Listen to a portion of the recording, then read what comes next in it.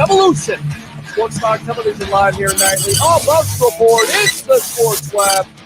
I'm your host, Peter Blake, giving you something to think about on tonight's show. Bring your passion. Bring your excitement. Just don't bring any nonsense.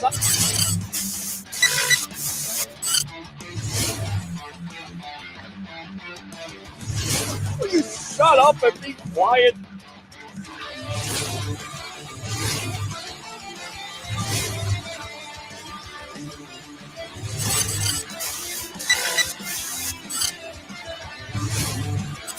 Hey guys, what's going on? Welcome back to another edition of the Evolution of Sports Talk Television here nightly on Bucs Report. It's the Sports Web, the Advanced Auto Parts Sports Web.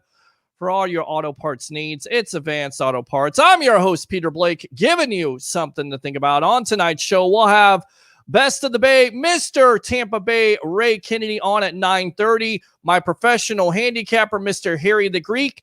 And then, of course, your phone call, 727-255-0391 and 727-255-0391. So how do we start off the Sports Web?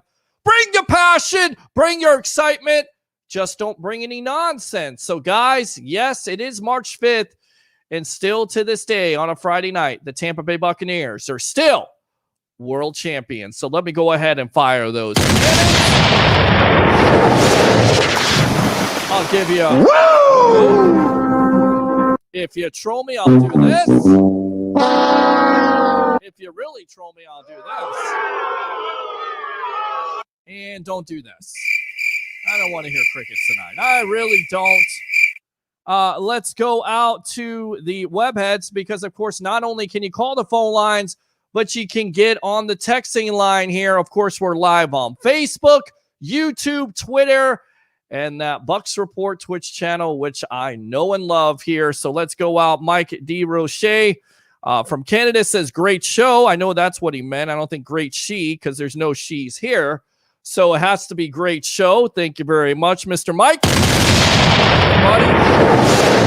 Let's go out to Alex here. Happy Friday and go Bucs. Absolutely. Daniel says, what's good, homie 813? Just got done talking to you.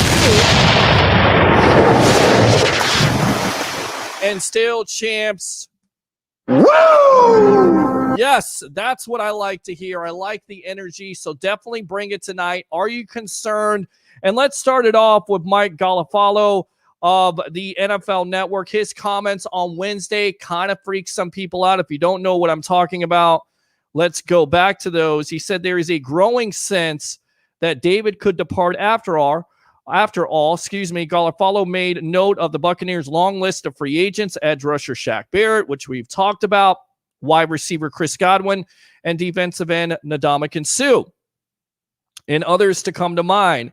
And a similarly long list of suitors for the rising 10th year linebacker as reasons for why David could scoot from the franchise. Of course, David being a part of this franchise since 2012, over 100 tackles this year, seems like he still is in his prime, but, and it is a big but, he's 31 years old.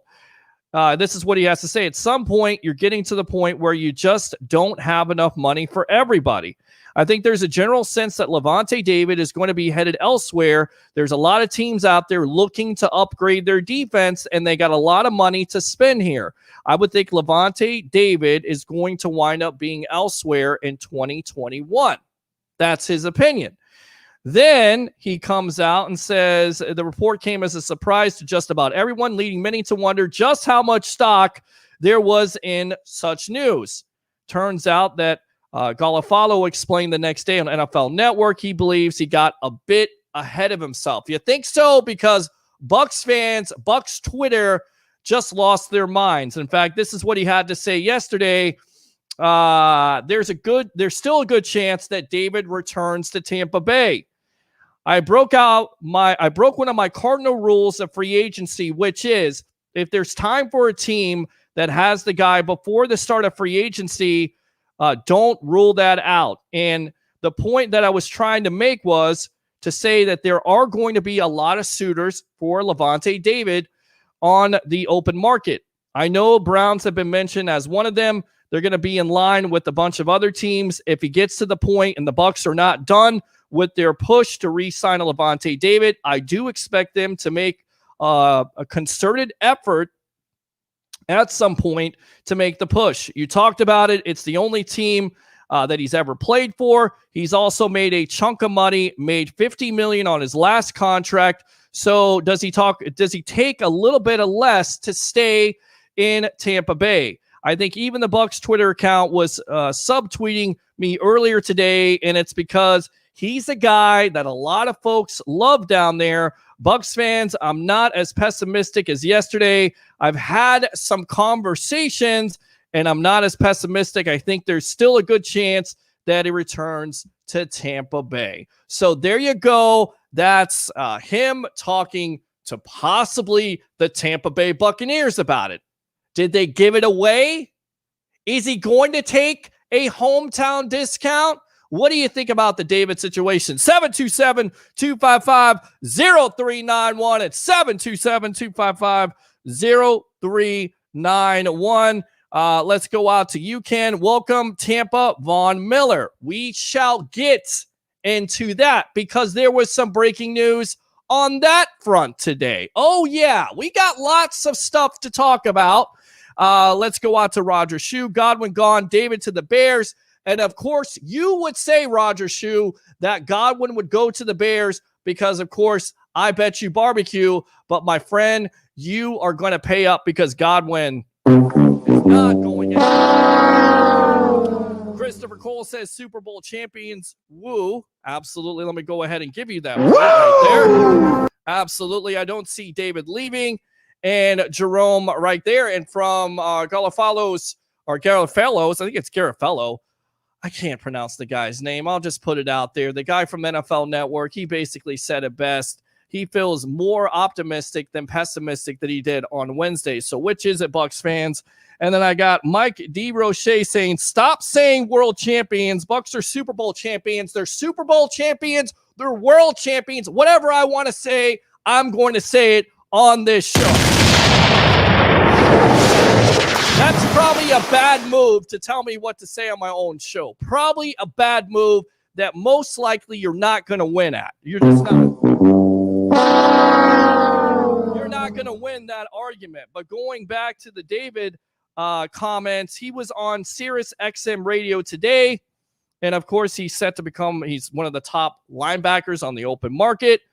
And he says there's been a lot of there's been a lot of things to take into consideration. There's a lot of guys who were on this team who want to come back. The organization obviously has got some big decisions to make, but from my honest end, everybody wants to come back. Everybody wants to try to come back in a great nucleus, a great core group we have. And again, the projected cap is about 11.9 according to Over the Cap. We've heard other reports of $13 to $14 million. Of course, as we spoke about before, the Bucs have some big time decisions to make, whether it's a Shaq Barrett, whether it's a Sue, whether it's a Chris Godwin, a Rob Gronkowski, an Antonio Brown. They have so many decisions to make.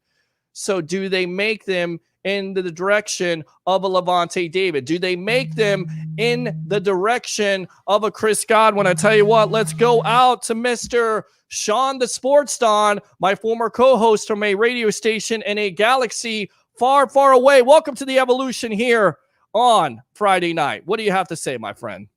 What's going on with you, Spider? What's going on, buddy? What do you think of all this free agent speculation? And I get it. And guys, you could say this all day long. Well, who are you? Well, first, I'm the host of the Evolution of Sports Talk Television. And on this show, we speculate like crazy people. So if you're looking for, the recap, the Super Bowl, we're over and done with that. You want to talk about it? We can. But on this show, we speculate our asses off. Now, go ahead, Sean.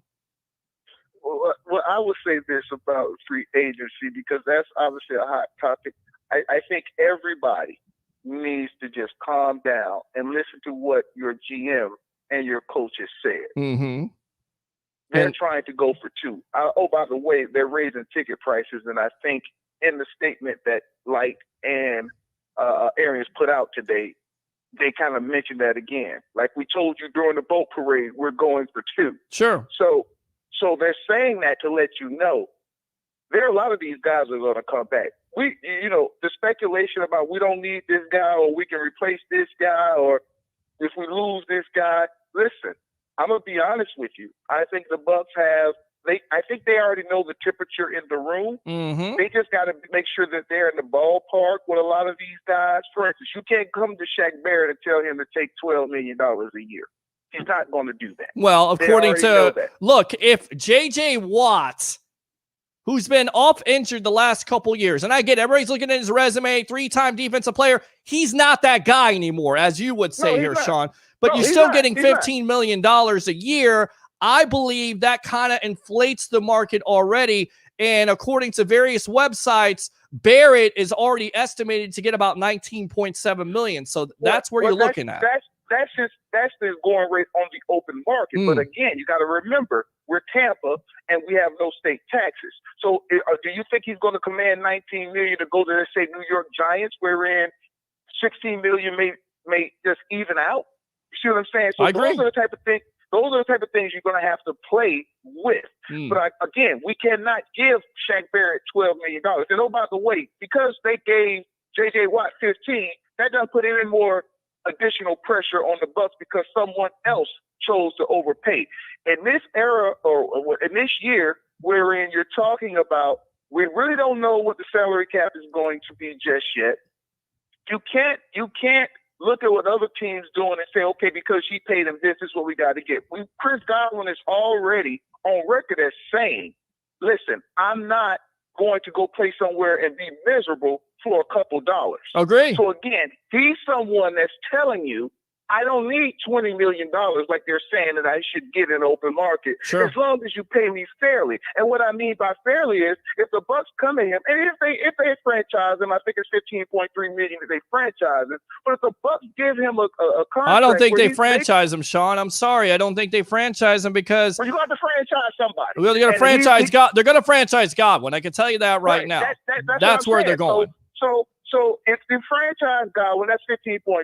But what I'm also saying, 16.3 actually. I think you got your numbers wrong, but that's okay, buddy. You're good with the budget. Right, but here's the thing: if you franchise him, or if you give him a contract where he's making 15, because you got to remember, Mike Evans is only making like $16 million a year, and he's saying he'll restructure that. So you got to look at it from that perspective. Mike Evans is taking less money. Chris Godwin's going to say, I'm cool with taking less money to stay in Tampa. Again, we can't say, Chris Godwin, you're only going to make $10 million because obviously that's not going to fly. So what's going to have to happen, we're going to see some restructuring. We're going to see Tom Brady probably restructure. You're going to see people like Dominican Sue. Dominican Sue took, what, $9-10 million the first year with us. Last year he played for $8.5 million. Mm-hmm. So you're looking at him probably being okay with taking about $7 million, 7.5, because he understands what's going on here. You're going to probably look at the Bucs restructuring your center and maybe even your left tackle, but giving them extensions, wherein they take a lower salary cap hit this year because next year the salary cap is going to inflate. So that's why I'm telling people, hold your horses about who we're going to lose and why we got to lose them and we don't have this money, because a lot of those players realize what they have here. They really want to stay here. I can't see Gronk saying I need to play for $10 million. I agree with you completely. Those are the type of things. And oh, by the way, I've seen reports saying Gronk could go play in Miami and stuff. Gronk is not playing for anybody but Tom Brady. Thank you. Let me go ahead and fire those cannons. All right, go ahead, commence. Yeah, he's not going to play for anybody but Tom Brady. So it's just a matter of not disrespecting him. And what is he cool? What is his sweet spot? Is it $8 million this year? Is it 8? It may be. Now, the one that I'm gonna tell you who may be in trouble, and we're gonna see, because it's gonna be hard. If I was Cameron Brate, it'd be hard for you to tell me I gotta take another pay cut as it relates to restructure. It's gonna be hard for the Bucs probably to say we're gonna keep Brate, O.J. Howard, and Gronk. And Tanner Hudson, you got Tanner Hudson, who you like. You have a blocking tight end that you like, Claire. Brate may be the odd man out, not because they don't want him, but I think Brate wants a bigger role. And I could see him saying, you know what? I've done the hometown discount for 3 or 4 years now. After you gave me a big contract, I've done hometown discount. Really haven't got as much playing time as I would like to have. At this point, I got my Super Bowl. I can see him not restructuring, and I can see him being more of a salary cap casualty because he wants to go somewhere. Because a lot of teams would love to have Cameron Brate. Minnesota Vikings just cut their long-time tight end. Can you see him not fitting in nicely there? Sure. And having a bigger role to where he can now establish himself because he's at the prime of his career now. Right. He's from an age standpoint. So now I want to solidify myself as a legitimate tight end, and I don't want to have to compete for touches.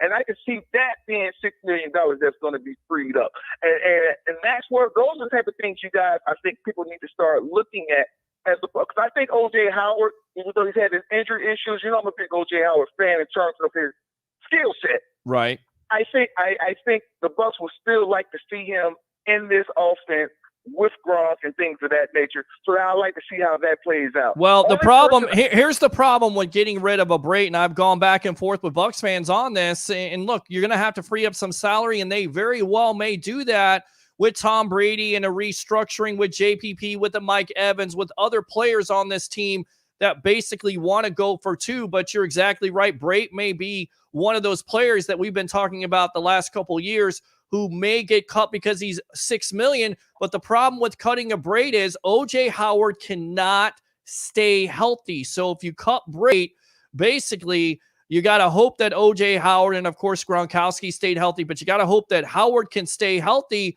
because after that you're down to Tanner Hudson or whoever else you pick up. That's the problem. That's the reason why they kept Howard and Brate, not only because Howard has the potential, and we saw it last year, but he cannot stay healthy. Brate was like Brady's go-to guy when they left Gronkowski in there to inline block. So, but here's a good thing about that, though. The reason why they did not cut them last year is because they were all in.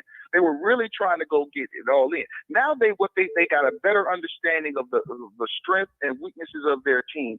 And make no mistake about it, Tanner Hudson is Cameron Brate without the reps, meaning I believe he can run routes. I believe he's a legitimate catcher of the football. It's just that obviously you're not getting in because Brate is here now. So what happens now with any Super Bowl team, those younger guys are going to have to step up when you lose some of your veterans based because you won a Super Bowl and someone's going to get paid. So it's time for Tanner Hudson to either show or prove. And by the way, we're gonna have the draft too as well. That you may find somebody you may even like in the third round. Maybe as a tight end, and so I don't think Cameron Brate would be the reason why. I want to read this comment to you really quick because we got somebody that's a fan of you from a long time ago. Roger Shue, the Troll King, now on the sports web, says, bring Sean on board to Bucs Report. Great insight. He does have some great insight. Of course, Sean, the sports doll, my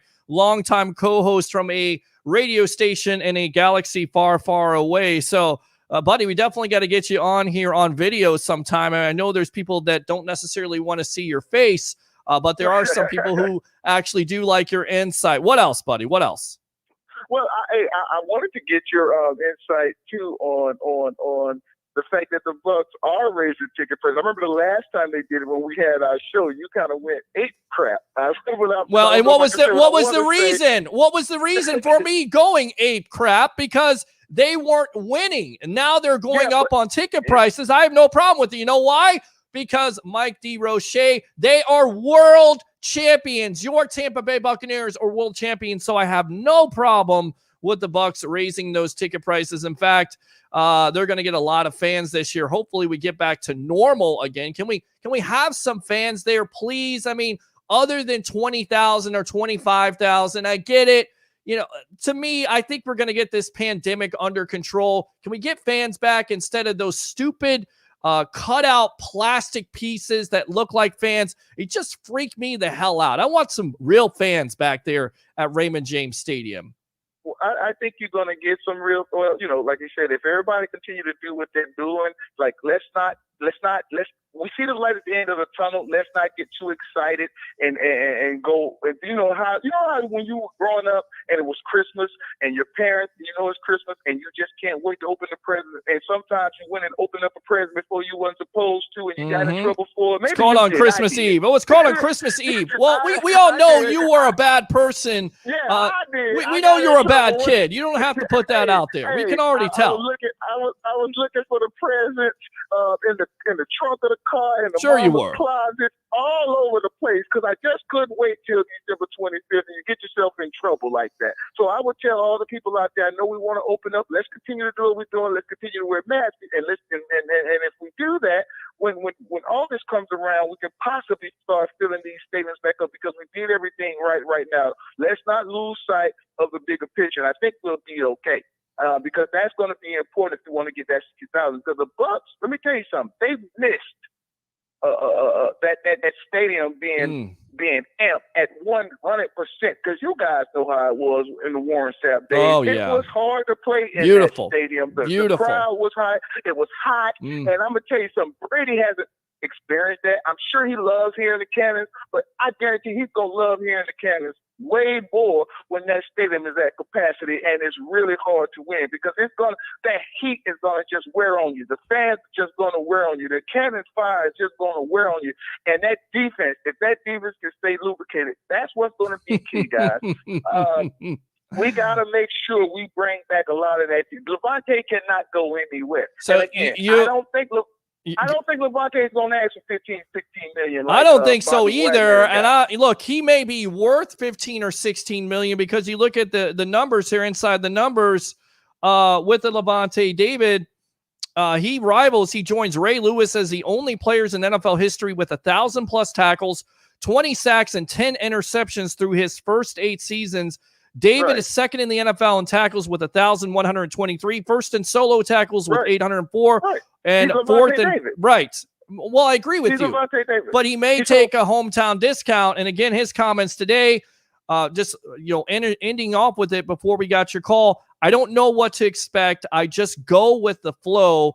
I've got some stuff that I'm kind of keeps my mind off of that. That's obviously just being a Super Bowl champion. I've just been sitting back and enjoying this. So, you win the Super Bowl and then bam, here comes free agency on March 17th. So no concern on losing a Levante David, no concern on losing a Shaq Barrett. I know you're a defensive guy and you'll say that 1,000 times on this call before we get rid of you here, but no concern about losing those defensive starters at all?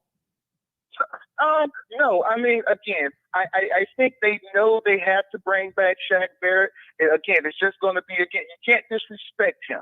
You cannot disrespect it. But you know what? Of all the free agents, he may be the one you may have to give market value to, just because. And I don't know if that means he's the best, but I know he may be the most important piece, just because you want to continue to have that edge. He's 28 years old. You want to continue to have that guy coming off playing with Vita Vea. Sure. You know, JPP, he's 33.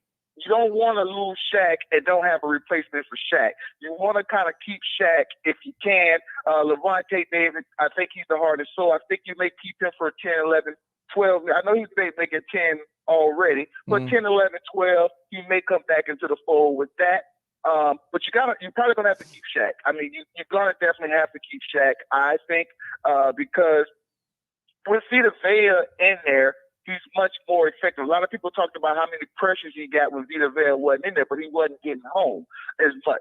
But as soon as Vita Vea got back, he's getting home, because you know what? The quarterback can't step up into the pocket because Vita Vea is always pushing that pocket. There's not a clean pocket. Exactly. So it works together. Warren Sapp used to say it all the time, man. And, you know, the edge and the defensive line, we all work together to get sacks. One reason why they got Simeon Rice. Warren Sapp said, hey, I'm going to set the stage, you take them off. Because Warren Sapp, he's going to get that constant pressure. They're not going to be able to step up. You come over there and you erase it. And I think that's what you're going to have, because he's proven that he can do that when we have adequate pressure up that middle. And I think they got to keep that. If you're talking about going for 2, you cannot change too much of what you're doing in order to have that same mojo.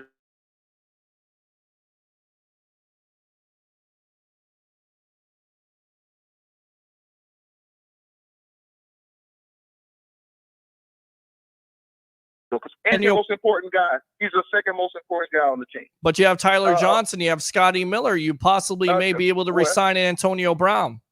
Well, okay. Well, none of them blocked.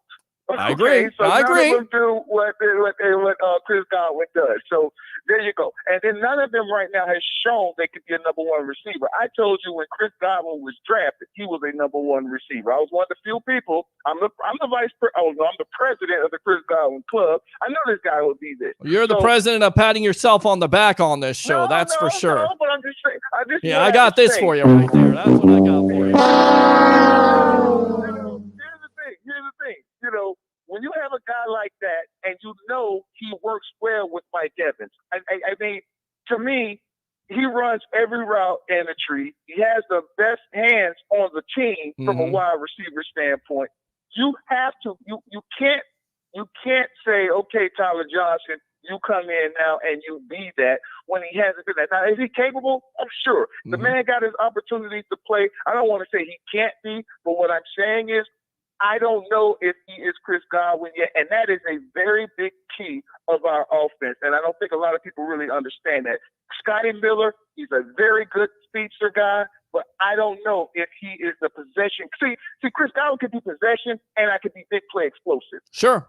I agree. He's shown that.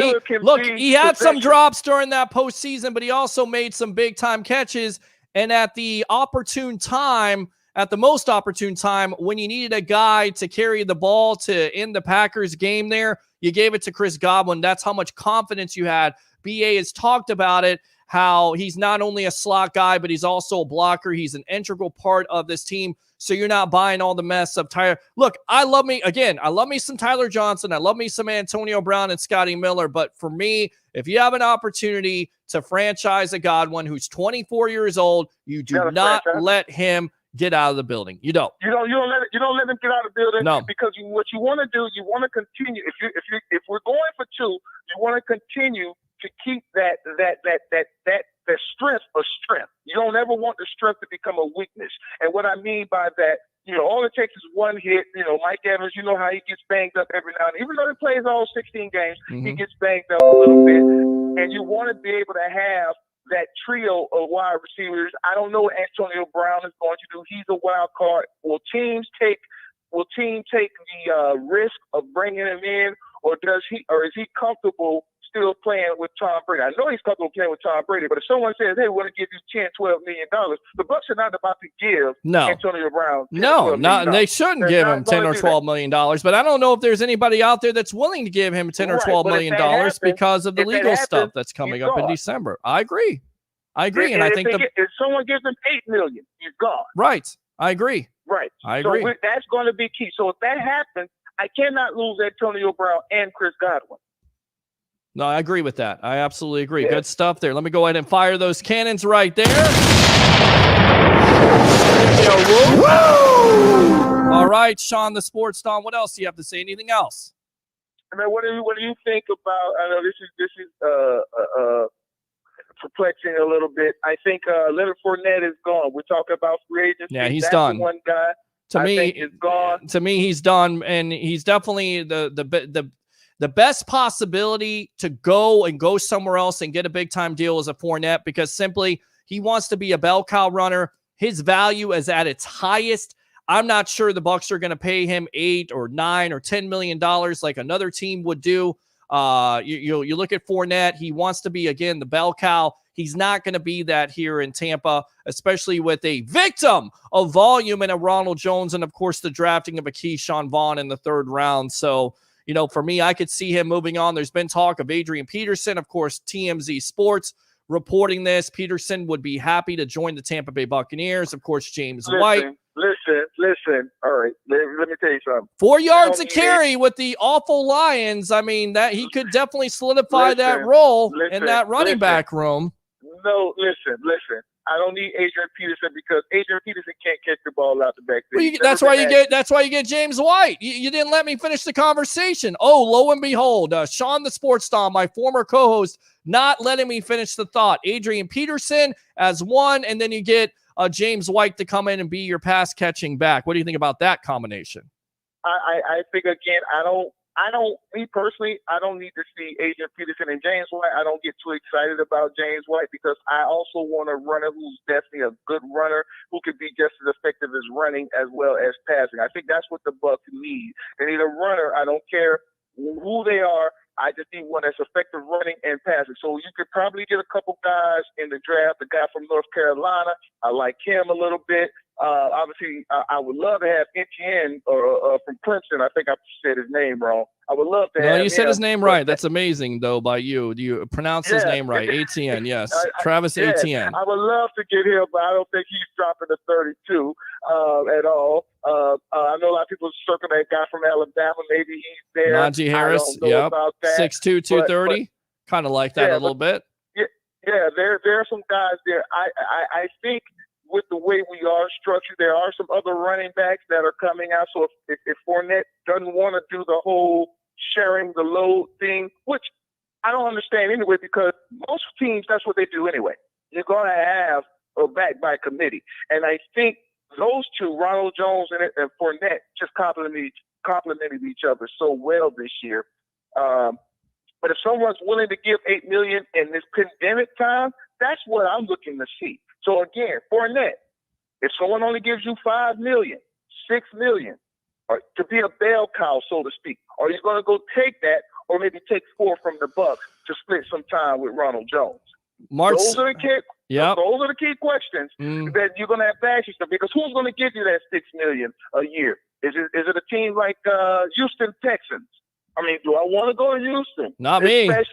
Deshaun Watson doesn't want to be there. Why in the hell would anybody want to go to the Texans at this point if you're a player? I have no confidence at all. But of course they're gonna overpay. They're gonna have to overpay because they're a bad team. And of course, a lot of Bucs fans know all about overpaying, because at the time the Bucs were a bad team, they had to overpay for guys that other teams would have to play market value for. When you're a bad team, you have to overpay. Good stuff, Sean, the Sports Don. Thanks a lot for calling the evolution of Sports Talk Television, brought to you by Advanced Auto Parts. All right, boss? Yeah, one last thing. The team I had circled for him, though, watch Pittsburgh. Oh, yeah. They're looking for running backs. They just restructured Ben Roethlisberger. That's the first team that jumped out in my head. They want that physicality to come back a little bit. Sure. That's the team that I'm kind of circling for them. How much money they give? Because, they had a problem with wanting to give Le'Veon Bell a lot of money. I'm interested to see if they go after Fournette to put him over there in the AFC. I like it. I like it a lot, and I think it's certainly a possibility with his physicality whenever he wants to be a bell cow runner. And again, there were inconsistency times last year with this Bucs team, but of course in the postseason, he became Playoff Lenny, and then Lombardi Lenny. Good stuff there, Sean, the Sports Don. Thanks a lot for your call. Let me go ahead and fire those cans right there. And keep on calling the Evolution, all right? Yes, sir, brother. You have a good evening. Appreciate you. There you go. So we're off and running here. Open phone line, 727-255-0391. It's 727-255-0391. Let me go out to my live here. They are the world champs. It's a foolish comment, says Mike D. Roche. Bucs didn't beat the world. They beat the Chiefs. Come on, really? And Sean with the eyes there, they are the world champions, especially on this show. And you know why? Because I have a shirt in my closet that says 2021 world champions. There you go. That's all I need to know. Guys, definitely want to hear from you. What do you think about these Levante David comments? Ask and you shall receive. Let me go out to the phone lines here. Harry the Greek, my professional handicapper. Welcome to the Evolution. What do you have to say tonight? The evolution of sports talk television. Yes, sir, it is. What's happening? Buddy, it's Friday night, and the Bucs are still world champions. I'm good to go. I'm looking at these comments by Levante David. I'm also looking at the comments from Mike Garofalo, of the NFL Network, if I can get that guy's name right. It's Garofalo. He's an Italian guy from New York. Garofalo. Right? Okay, Garofalo or Garofalo? Garofalo. Garofalo. That's what I said. Go ahead. You know, Levante David, there's rumor, especially coming out of David Hoff from the Chicago Tribune, is stating that the Bears are making a big push for Levante David to replace the Danny Trevathan. Well, that's certainly a possibility, especially with David and playing at a high level and Trevathan's age. Yep, that too. And he'd have Roquan sitting next to him. I don't think that's going to happen. Honestly, I think Chicago is going to probably sit back on that. It just depends on how much money he's going to command. But the biggest news that we're hearing out of Chicago right now is that the Chicago Bears, are you ready? Mm-hmm. Are making a huge push for a QB1 out of Seattle by the name of Russell Wilson. I think it's the move they have to make, honestly. I mean, and if you have to give up 3 first-round picks in order to get a Wilson at the helm, the Bears right now, as crazy as it sounds, you get a quarterback, you have that defense in place. Of course, you would have to franchise an Allen Robinson. I definitely think it could happen. And Wilson listing the Bears on his teams that he would prefer to go to and prefer to be traded to me is shocking. So the Bears would have to do it's not necessarily shocking. They got work to do on that offensive line. They got to protect him.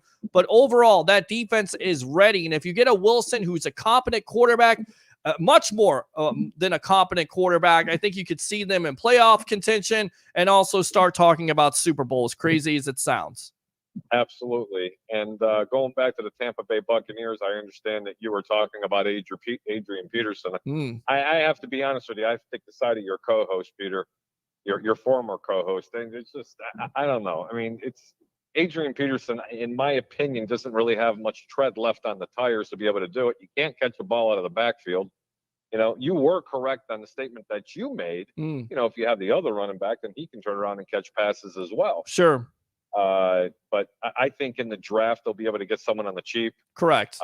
But, you know, let's not forget, they have Keyshawn Vaughn from, I think he played Vanderbilt. If correct. 3rd round pick, who they like a lot. Extraordinary running back. And he kind of got his noodle wet this time, you know, this year. He had a couple of the oopsies, but he's going to be a fine running back in the National Football League. And, you know, Tampa fans shouldn't be too down on the fact that, you know, that he didn't have the fantastic year, but let's be real. He was playing behind the victim of volume and Leonard Fournette, but Fournette's not going to be around. So this might be his chance to shine. I agree with you on that. You just can't put the ball on the ground, but you would expect the Bucs to fill that position because they only got 2 running backs right now. Again, Fournette is a free agent, and I would expect him to move on. So don't be surprised, you know, looking at mocks, and we'll get to this in a moment, but, you know, they have some running backs that the Bucs would select.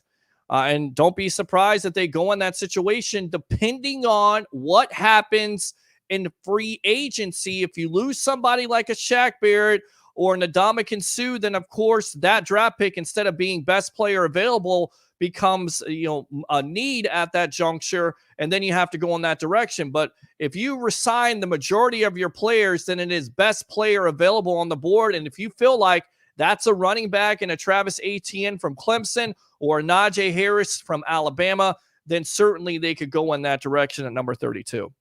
Without question. I'm going to tell you this right now, and I have already been I have already quoted myself on 2 different shows, including my own, that it would be a travesty if the Tampa Bay Buccaneers were to lose Levante David over Shaq Barrett. Even though Shaq Barrett is such an impact player, you cannot afford to lose your field general on that defense.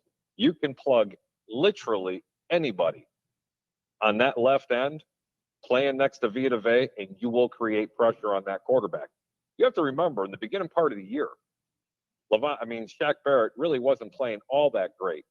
Then he started picking it up a little bit. Then he was almost non-existent when Vita Vea was out. When Vita Vea came back, he automatically became a lot better. But that's what Vita Vea gives you. Right. To be fair, Barrett was third in pressures last year. He didn't necessarily get the sacks, but he got the pressures. So he was active. Was he as active with the Vita Vea? That whole defensive line wasn't that active with the Vita Vea being out. That whole defensive line came to life. Agree. And you know what? And that's the reason why you get him as a first-round pick. No, I know what you're saying. I get it. I'm not trying to downplay what you're saying, but you don't get paid in the National Football League and get that big contract just for getting pressure. You have to get to that quarterback, Peter. Okay? Bottom line, end the conversation. You have to sack the quarterback. That's how you get paid. And I'm not taking anything away from Shaq Barrett, but there are a lot of players in that defensive line that have made him look a lot better. And I can name a lot of other defensive ends that would look a lot better in a Buccaneer uniform than Shaq Barrett. I'm saying it now on open mic. They cannot afford to lose Levante David. You can replace Shaq Barrett. Well, they definitely have some options there where if they decide to get priced out of the Shaq Barrett, and again, we don't know what the salary cap situation right now as it stands. They're at $11 to $13 million. Now, of course, that can change, and we'll see here in the next couple of weeks how it changes, who restructures, and how much money they can free up. And once again, if Barrett becomes an option where he goes somewhere else and breaks the bank, I have no problem with it. He deserves it. He definitely deserves it. The story that the young man has gone through with being a backup for Von Miller and coming here for $4 million for 1 year and finally getting paid what he deserves to get paid, I have no problem with it. There are other options. And remember, at the end of the day, the Tampa Bay Buccaneers are world champions. There could be a veteran out there that's cut. Peter. World champions. World champions.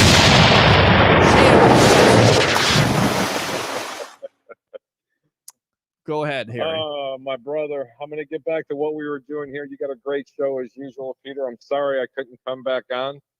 It's okay, my friend. To come on live tonight because I would have had a really good time. But I'll tell you what, we're looking forward to the 17th. I can tell you that. I definitely think we're looking forward to the 17th. That falls on a Wednesday. We'll try to do a one-camera shot with 3. Yours truly, Tampa Bay Ray Kennedy, Harry the Greek, over at the Palladium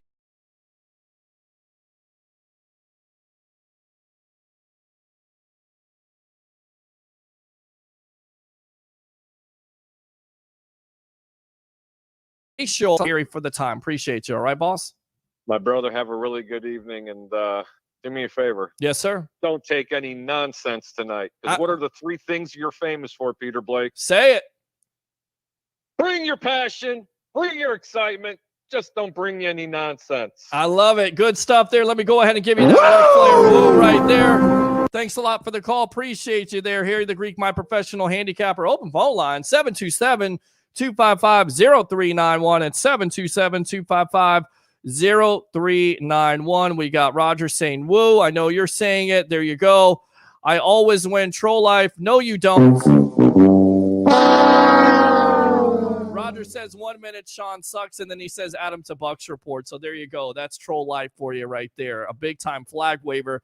There's no state tax in Florida, so taking a little less money, you still do as good or better than going to a different team. Absolutely. I agree with that. Let me go ahead and fire those. Edward says, I think we will have the same time we had last year. Dustin says, I'd rather lose Howard than Brait. Certainly a possibility. Again, the Bucs may keep both. They may go in a different situation. A William Golston, who played well, they may cut his salary. Once again, we just don't know how they're going to be able to restructure these contracts. But once again, the big time, what's the word I'm looking for? The feather that you have in your cap is Tom Brady, and he has the Brady effect. Roger Shue says, bring Sean on Bucs Report. I read that. Daniel says, amen.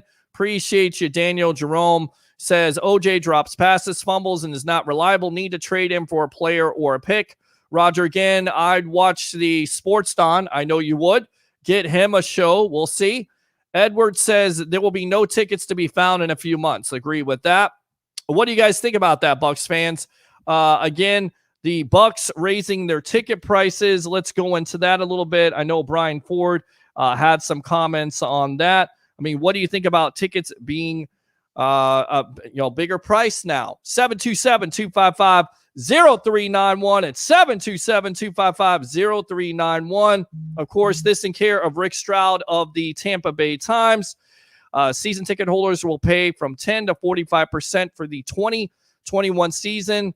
Of course, according to the invoices mailed with a letter from Bruce Arians and General Manager Jason Light.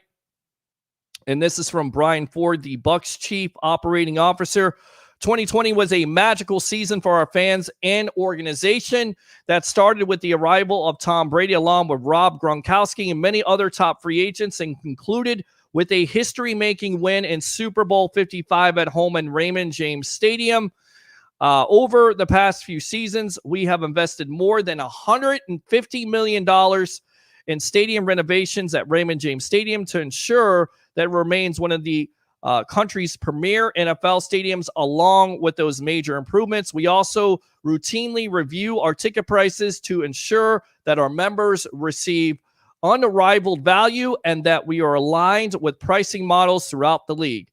Despite a marginal price increase for 2021, we still offer one of the most affordable average ticket prices in the National Football League, with access to games starting as low as $40. So what do you guys think about the price increase? Is it a big deal? Are you signing up for your tickets now? Even more because the Bucs are Super Bowl champions. 727-255-0391 at 727-255-0391. I've talked about the Brate and OJ situation. Brate is a guy that can stay healthy, was a go-to guy in some stretches of that season this year. The problem with OJ is most likely he has more potential than a Brate. He's a first-round player. He also costs $6 million, but he can't stay healthy. So if you go with an O.J. Howard over Cameron Brate, you trade him or you get rid of him. And I've heard this the last couple seasons, so I'll believe it when I see it with the Cameron Brate and O.J. Howard talk. I just don't see them getting rid of weapons when Tom Brady comes to the Tampa Bay Buccaneers simply because they have the most weapons. I don't see that happening. That's why I got a bet there with Troll Boy and a Roger Shue over barbecue, because I definitely believe that Chris Godwin will be franchised and we will be in a Tampa Bay Buccaneer uniform. Bet on it. Bet me, Buckwheat. My father used to say. Got to say that. Cut David, bring in Jadeveon Clowney. Two different positions. Clowney is a possibility because he's still under 30 years old, had no sacks last year. None. Was that somebody that you talk about at this point? A Jadeveon Clowney replacing a Shaq Barrett? Maybe you can get him cheaper than you get a Shaq Barrett. You should. He had no sacks last year. He was injured for the majority of the year. Remember, the whole big talk was that Clowney wanted $20 million. Didn't get that. He got $13 million. Disappointing by the Tennessee Titans. So did they re-sign him? Did they even re-sign him at this point? Does he go ring chase? Is that a player that you could say, you know what? Maybe it's a Shaq situation. I'm not saying you pay him $4 million. Maybe you pay him an $8 to $10 million contract. You get him in here. You know the potential. The problem is, does he want to be a great defensive end or a great outside linebacker, if you will, in a Todd Bowles' defense? We know he's got the potential when he wants to. Is it a Todd Bowles that coaches him up? Is it a guy that you get the most out of? Or is it a guy that barely shows up? 727-255-0391 at 727-255-0391. Let's go out to Roger Shue. Keep AB, let Godwin go. Keep Fournette. Your opinion, not mine. I know why you're saying it. You says, my grandma can run more yards than Adrian Peterson. I doubt it. I love you, Harry. Go Bears. All right, love fest there. So Carl says, thank you, Harry. Roger says, Harry, I want to drink beers with you. We'll come out to the Deck Bar and Grill in Isla de Sol, as my friend Damaris Ortiz told me how to pronounce it. You got to roll your tongue a little bit. So come out there sometime when we're doing a remote, and I'm sure that you can buy Harry a beer. He won't buy you one. You'll buy him one. You guys are both Bears fans, unfortunately. Well, not unfortunately. I'll be respectful. Hell no, I'll watch on TV for free. Well, that's what you do there, cheapskate. This is what we wanted. Champion caliber team. Sack up and pay the champion price. Daniel says no. Happy birthday, Rich from Clearwater. Miss you, dude. Miss arguing with you. And, of course, yes, let's go ahead and So, again, open phone line, 727-255-0391. It's 727-255-0391. Let's go ahead and move on a little bit. This from Pro Football Talk. A criminal investigation into allegations against Broncos linebacker Von Miller will not result in any charges against him. The results of the investigation over to the district attorney for the 18th Judicial District last month for a decision about how to proceed with the case. According to multiple reports, they've decided not to file any charges. The nature of the allegations against Miller were not disclosed. Of course, George Patton, I'm not making this up. I think that's his name. I think it's George Payton. The general manager of the Broncos said at a press conference this week, Miller's contract status was also a topic that he touched on. The team has to make a decision about exercising an option on Miller's contract that will guarantee them $7 million of his $18 million salary. The general manager said they want Miller, who missed last season with an ankle injury, back and are working through the matter with Miller and his agent. So good news, bad news, if you will, from those comments. And tell you what, let's hold off. Let's go out to Mr. Dan Williams. Turn down your phone a little bit. Welcome to the Evolution. Yes, sir. You got to turn down your phone a little bit there, my friend. Hold on. All right. All right. Okay. All right. How about now? You hear me? Yeah, I can hear you now. Go ahead, buddy. All right. Davian Clowney is a no. No. Why is it a no for you? No at all? Because Davian Clowney is not the man that he used to be. Why is he the man he used to be? Maybe he needs to be coached up. Maybe he can't get through the injury situation. He comes here in Tampa. He proved when he was in Seattle, man. He wasn't always there. To me, Davian Clowney was a sometime defensive end, bro. Sometime defensive end. Sometime in certain games, he will pop off. You feel me? I feel you. And now on that, Shaq Barrett.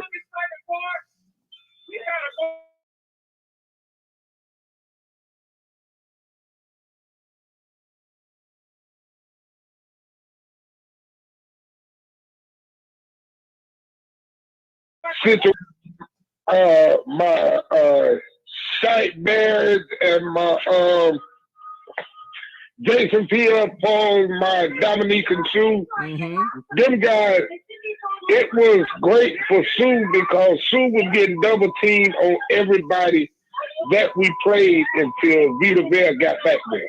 Okay. Because Vita do play a big role on that front line. Because that's why no one cannot run on us. Because we close the gap. Right. Well, he's only we are closing the gap. Right, man. but let's say here, Dan, okay, Mr. Williams, that the Bucs basically Shaq Barrett overprices himself out there, and he wants to break a bank, and the Bucs can't pay that. Wouldn't a Clowney or possibly a Von Miller, even a Justin Houston, who has been talked about on CBS Sportsline.com as a predicted player who's 31 years old with 8 sacks last year, wouldn't these be some viable options if you do lose a Shaq Barrett? Yeah, but I'm gonna tell you, I am very confident, bro, that Shaq may take I'm gonna throw it out there, maybe a 9 or a 10 mil. Okay. Mm-hmm. You know, and we got Shady McCoy. Okay, whatever we owe him, I would either trade him or let him walk. Okay. But Adrian Peterson, oh no. No either. Oh, No on Clowney. No on Peterson. Why the hate for Peterson?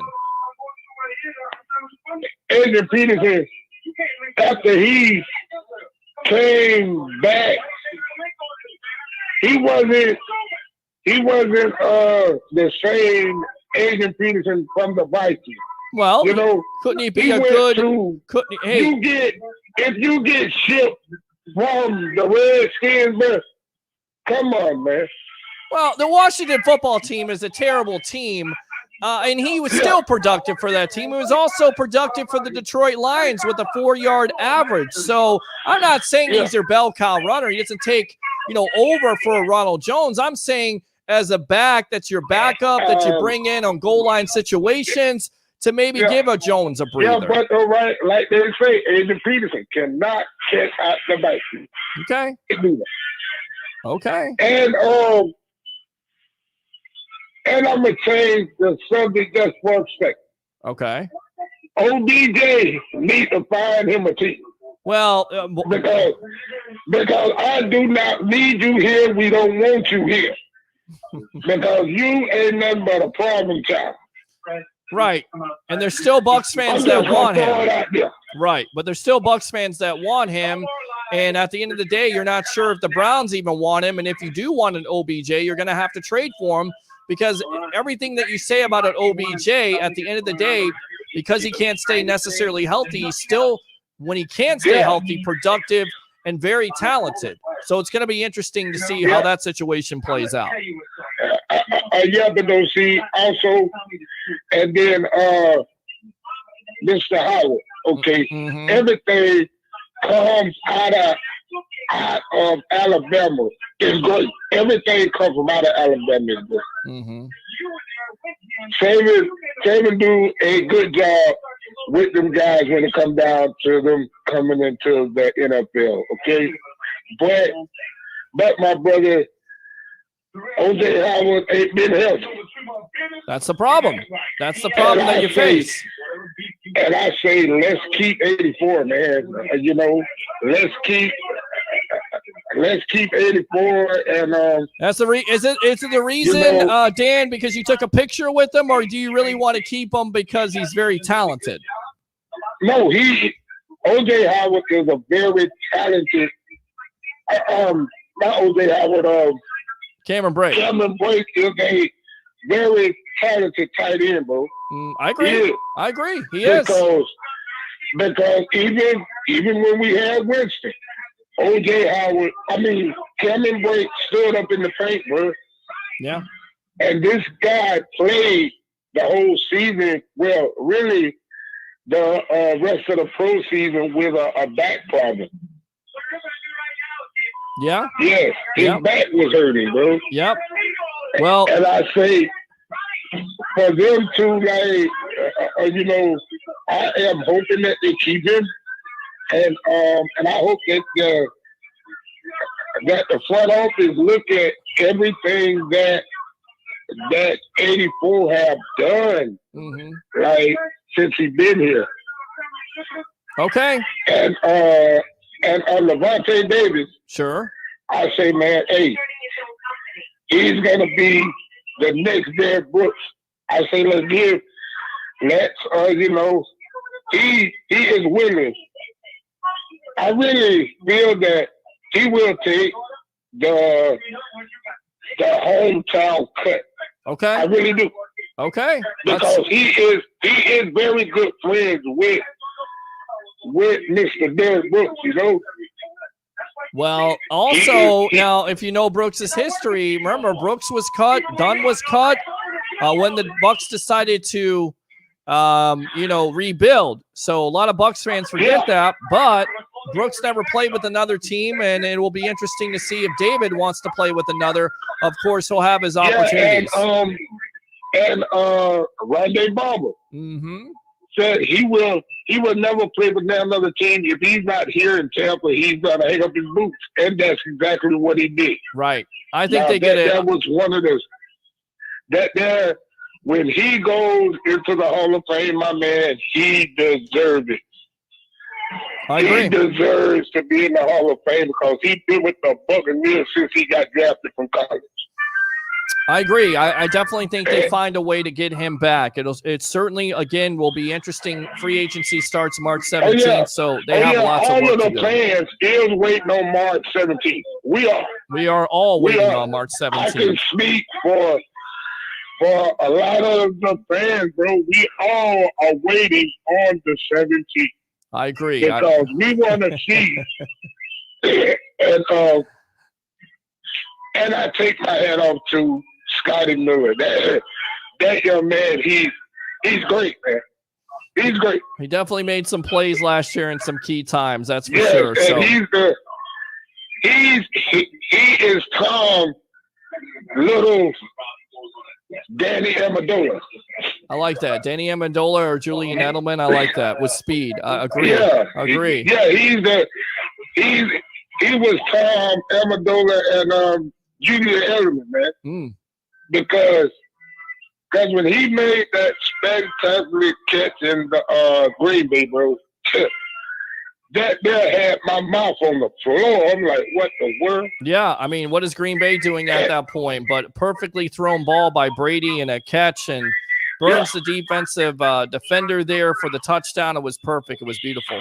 So, yeah, and like I say, man, we're gonna lose out of the free agency. We may lose two guys. Two guys. Who are the two guys in your opinion you're going to lose? We may lose two. Who are they? I don't see Shady McCoy coming back. I don't see that. No. Okay. Because I don't see him coming back because you really pretty much barely played, you know? I agree. And they are taking everything Fournette did into perspective, because when he first got here, it was a little shaky ground for him, but he came in the clutches. That he did. He speeded it up. He took time up. He took time and studied before the game, and he respect his middle linebacker, Devin White. He came over there. Them guys used to play in college, you know. Leonard Fournette, right? Hey, exactly. Look, Lenny, let's turn up, man. This is where it's at. Let's make big things happen, bro. All right. And hey man, like I say, man, we gotta fire these candidates, and we gotta welcome. I have to keep Davis and Godwin right here and Shaq Barrett right here, so they can. All right, so all three right now, Daniel Williams, you're saying right now it's going to be Shaq, Godwin, and Barrett, right? I mean, excuse me, Shaq, Godwin, and Levante David, right? Yeah, we're going to keep them guys right here. Okay, all right, man. Let me go ahead and give you a woo right there. Thanks a lot for the call. Yes, appreciate you, Mr. Williams, all right? All right, my man. You have a good one. You too, bud. All right. I love that call. There's always something going on in his house. They're always turning up there. 727-255-0391. It's 727-255-0391. Roger Shu says, I love you, brother, for life. Love you too, bro. UCan says, love you too, brother. Appreciate it, UCan. Clowney is a beast. I mean, again, going back to it, right?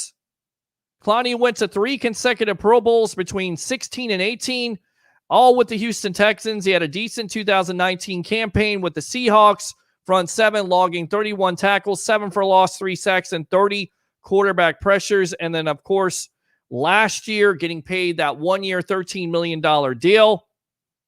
Again, didn't really do much, did he? He only had 4 for a loss, 11 quarterback pressures through 8 games, and no sacks. Is that a guy? Is that a player that you could see the Bucs getting on the cheap? 727-255-0391 and 727-255-0391. Of course, he missed the rest of the season after undergoing knee surgery in early December. So I'm not saying damaged goods. I'm just saying he hasn't necessarily been the most productive player. But we talked about it, right? Body of work, it's there. He's under 30. Is he damaged goods? We shall see. If the Bucs go and they lose Shaq Barrett, that could be a possibility of a plan B. You always have to have a plan B. We'll see what happens. So I somewhat agree with you. I still like to keep Shaq Barrett, but again, I'm trying to be realistic about it, right? But we know what Jason Light and Mike Greenberg and this Bucs organization wants to do. They want to go for 2. Well, we heard from BA in the press conferences. He wants to keep the defense together, much like he talked about last year. And what did they do? They kept it together. Re-signed to Shaq, re-signed to JPP, re-signed to Sue. Those were your main ingredients that they re-signed. They got them all re-signed. So can they do it again? Can they re-sign a Sue? Can they re-sign a Shaq? We'll see. 727, of course, Levante David. A big-time part of this defense. A big-time fan favorite, that's for sure. Because when those comments came out from NFL Network, a lot of Bucs fans lost their mind. And you saw Garofalo walk back those comments. Peterson is past his prime, bro. He's a dinosaur. Carl says, how much would an OBJ cost? How can we even talk about him and let Godwin walk? Look, it's been talked about. I'm not saying it's going to happen. I'm just saying there's a possibility. That's what ESPN has reported about a month ago. Now, whether that's talk, whether that's a rumor around the league, I mean, honestly, ask yourself, if Godwin leaves here and the Bucs don't feel comfortable in the receiving core that they have, OBJ would probably be begging to get down here with the Bucs to play with the Tom Brady and try to win a Super Bowl. What's it going to cost? First round pick? You give up a first round pick this year for a wide receiver if you lose a Godwin? If you lose a Godwin. Possibly a second round pick? I mean, how much do the Browns have to give up to the Giants?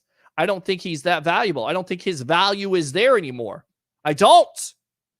So maybe you can get him for the cheap. It's a possibility, though. It's been talked about.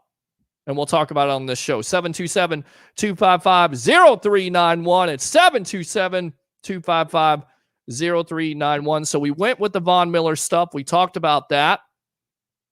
Although, with all that being said, Von Miller still may be disciplined by the NFL. Because we know about Antonio Brown. We know about Ezekiel Elliott.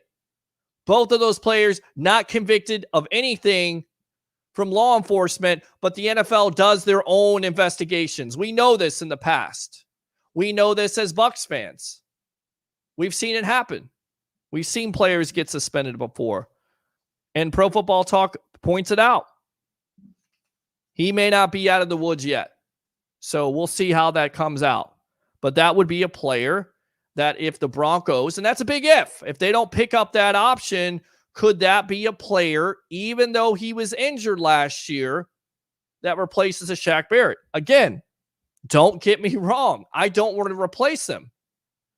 But if the possibility does exist where he may want more money than the Bucs are willing to pay, it's certainly one of those things that you would have to take a look at. So without further ado, we're supposed to get this guy on about 9:30, but as always, he's fashionably late, finding a place here. Who knows where The man is tonight, Mr. Tampa Bay, Ray Kennedy, best of the Bay. Welcome to the Evolution. How you doing, my friend? Where are you at today? I'm down here at Scully's on John's Pass, Scully's restaurant. So I came down here looking for Steve the Pirate, and he's not here tonight. So they got really busy here earlier. It's a little slower, so they're kind of closing up with the manager here so that I could come on and chat with, he said, Peter Blake from Bucs Report, from the Sports Web? I said, yeah. He said, do it, buddy. Love it. Good stuff there. So let's talk about it, my friend. I mean, the kind of Wednesday, we kind of touched upon this on the over-under. The comments from NFL Network, Mike Garofalo had it said in so many words, Levante David, who's been with this team since 2012, could be worth 15 to 16 million. The Bucs may be looking to move on from him, and now he's kind of walked back those comments. And then we heard from Levante David today, saying basically in so many words he's not sure. I mean, what do you make of this situation with the David being back with the Tampa Bay Buccaneers? Kind of too early to tell. And then with NFL Network and Garofalo walking away from those comments, kind of walking it back, it kind of makes you think that maybe the Bucs got into his ear and said, you know what? We're kind of looking to keep this guy, and we think we can. Yeah, and the thing about it is I mean, here's a guy who's been here 8 years. He's got free agent this year, gets that championship ring, wins the Super Bowl 55, and now he does have the chance to go on in free agency. But the question you have to ask is 8 years in Tampa Bay, going back, he's the OG. Is it going to be worth it, $1 or $2 or a couple of $1 million extra to not go after a second ring with Tom Brady at quarterback, or do you really want to take your chances in free agency and go to a possible rebuilding situation like a Chicago or even another team, as long as it's not the NFC South? So you got to ask yourself, if it was your decision, wouldn't you think running for two would be if all things being equal, wouldn't running for two be a little bit more fun? Yeah, no, absolutely. And I saw somebody there kind of on the corner. They were kind of trying to look and see who you were there. So tell her. Come on over. You got to come over here. A couple of ladies down here. They're having a party, I think, right? So we're on the Bucs Report. Here, come on. There you go. Oh, step in here. There you go. So it's my intercom. What's your name? This is Alicia. She's down here at Scully's. You guys are celebrating tonight, huh? Yes.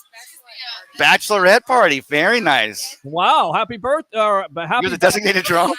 She's got the best job in the whole place. She's a designated drinker. Oh, you're also bad influence. Oh, you've all got, that's what all of them have something they're saying. Yeah, so they're having a great party. You got to get them behind you there. The bachelorette parties are very important Alicia, here. Alicia. Step in here. Peter wants to talk to you. It's Bucs Report. Cover the Bucs. Who? Hey, how you doing? I'm Peter. Great. How you doing? Great. So you guys are down there for a bachelorette party tonight. Tell me, are you guys Bucs fans? What's up? Tampa Bay Bucs? We're from Oklahoma.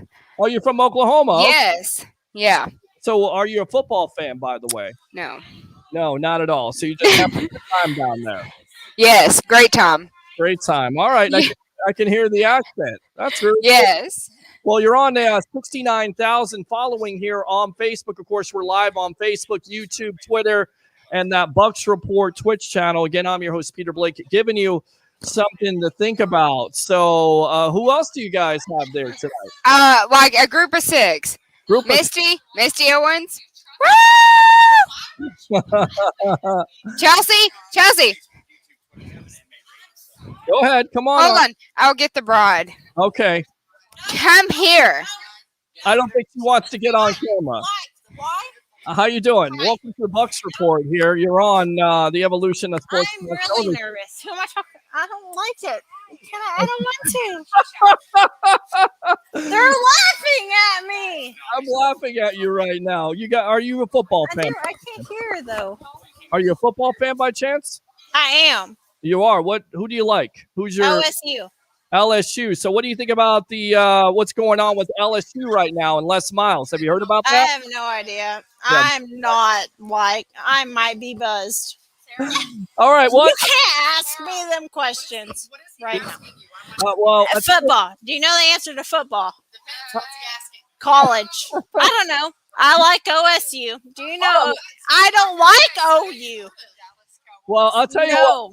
Do me a favor, guys. Go ahead and say you've been on the Sports Web on Bucs Report. Do that for me.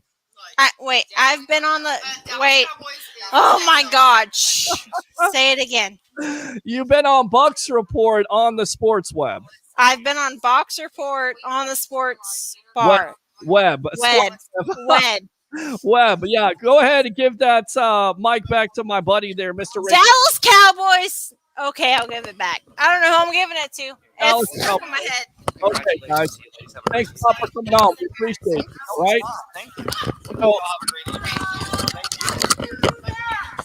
So there we are. I'm always where the Yes, you never know what to expect here on the sports web. I'm always where the party is, Pete. You know this. I know this by now. We're on with Tampa Bay Ray Kennedy, Best of the Bay, Cup of Ray. What do you say here? Hey. Talking about free agency. Let me go out to the comments. Alicia is hired, says you can. Alicia, they're saying you do a better job than me. Thank you. They said you're hired and I'm fired. What else can I answer for you? You're good. She says OSU, Barry Switzer. That's all she wants to talk about. Oh, there you go. Well, maybe we'll do that one of these nights. Let's go out to Christopher Cole. Time will tell, but whatever happens, we should trust the process. Does everyone remember the biggest problem and topic of the conversations? Who's going to be our quarterback? I agree with that. You don't have to tackle that this year.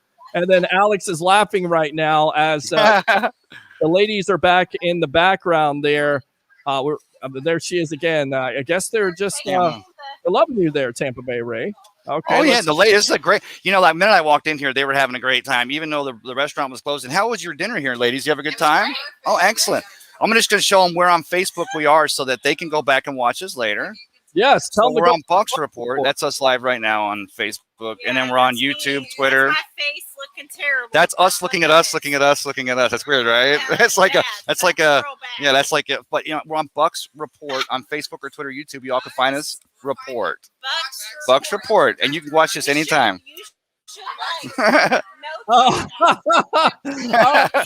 Take care, ladies. Take care, and congratulations again. All right, ladies, thanks a lot. There you go. So you never know. That's why we get Tampa Bay Ray out there to talk to some football fans or non-football fans, if you will. And that's okay. You don't have to necessarily be a football fan to tune into the show. It's always good to have them, though. With that being said, let's get back to it here. Levante David, his comments today. There's a lot of things to take into consideration. And he said this on Sirius XM radio. There's a lot of guys who were on this team who want to come back. The organization obviously has got some big decisions to make, but from my honest end, everybody wants to come back. Everybody wants to try to come back. A great nucleus, a great core group we have. Of course, the Bucs right now, according to Over the Cap and other various websites, it ranges from $11 to $13 million. They have guys like Shaq and Sue and Godwin and Gronkowski and Brown. And he also says, I don't know what to expect. I just go with the flow. I've got some stuff that kind of keeps my mind off of that. That's obviously just being a Super Bowl champion. And I've just been sitting back and enjoying this. Your thoughts? I mean, just the warm and fuzzies continue to go on. Tom calls Clyde Christensen the day after, the morning after, already putting a second one together. And again, we're talking about these players. You've got to do what's best for your career. But like Levante David at 31 years of age, going on 9 years in Tampa Bay, what he's meant to this team and the respect he's finally starting to get.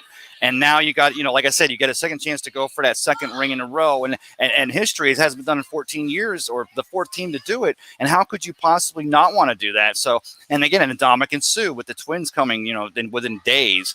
And the rest of the players, the Bucs have a lot of free agents to have to sign. Jason Light has his job to do. He's going to be a very busy camper between now and March 14th. Yeah, no, you definitely got some decisions that you have to make here. And of course, one of those could be report. Yes. Bucs Report. Bucs Report, ladies. Yeah, you'll find it on YouTube too. Yes. Have a great evening. That was that's why you come down to John's Pass and they're having an actual bachelorette party. They're having a great time. Beautiful weather out here. Wish you were here, Pete. But I asked everyone today, where'd you want me to go? And the beach got 3 votes more than every other place. So it wasn't going to be Mons. It wasn't going to be 2001. Ben. So downtown St. Pete. You never listen to Ben Cornett when it comes to seriously getting a location, so I'm glad you didn't listen to him or anybody else. John's Pass. I'm very familiar with that area. With them going, let's just say Shaq Barrett could be a guy that overprices himself. look at Von Miller. There's going to be no legal charges against him. That doesn't necessarily mean the NFL won't suspend him, but still the Broncos are looking at his option.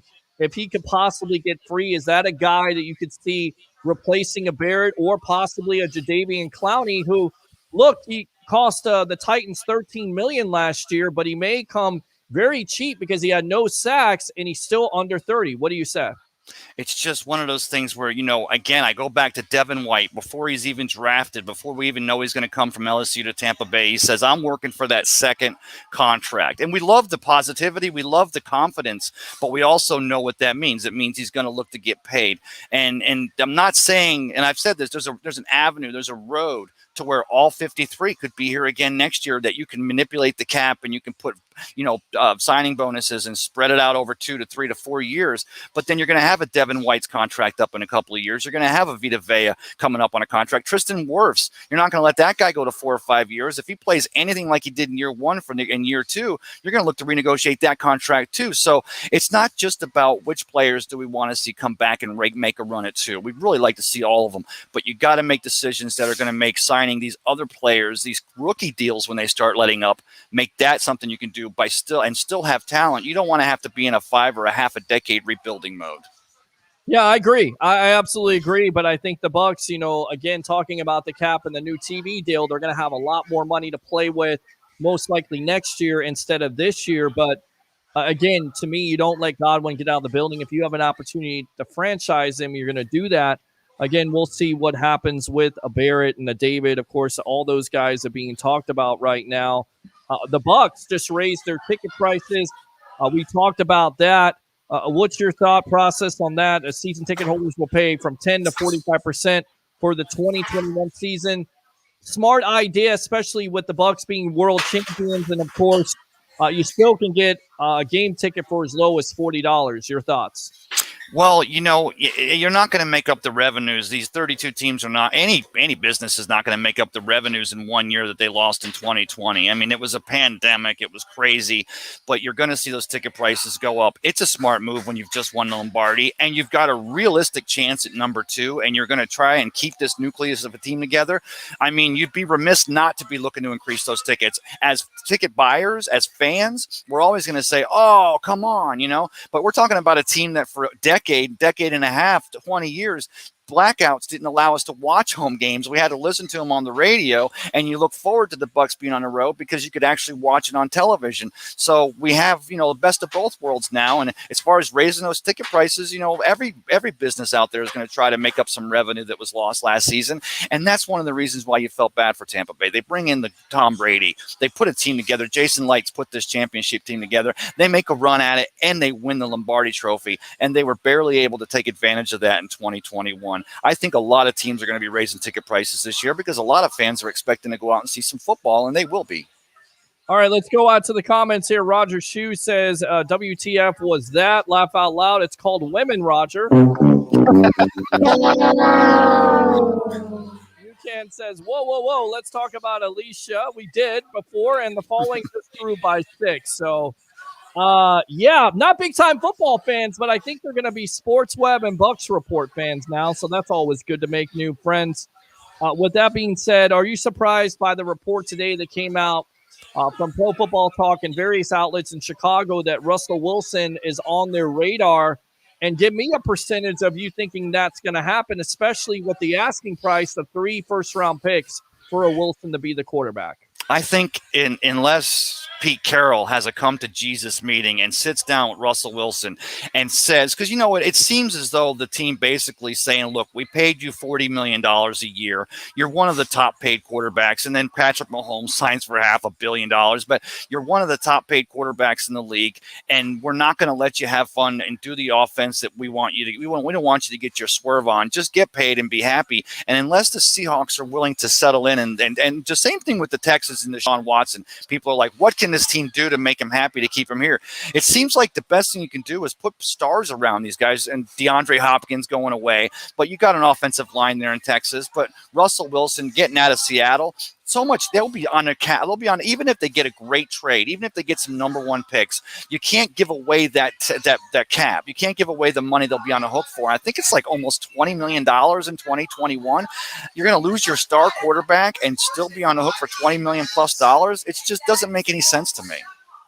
Yeah, no, I mean, I agree with you on that. But at the end of the day, like I was telling a lot of people on Buck, which you heard on the previous show that was here on Bucks Report, the complexion of the NFL has changed simply because of what Tom Brady has done with the Bucs. A lot of teams trying to emulate that, whether it's giving up multiple first-round picks. You saw Stafford go to the LA Rams. You saw Goff go to the Lions. I don't think the Lions are trying to compete.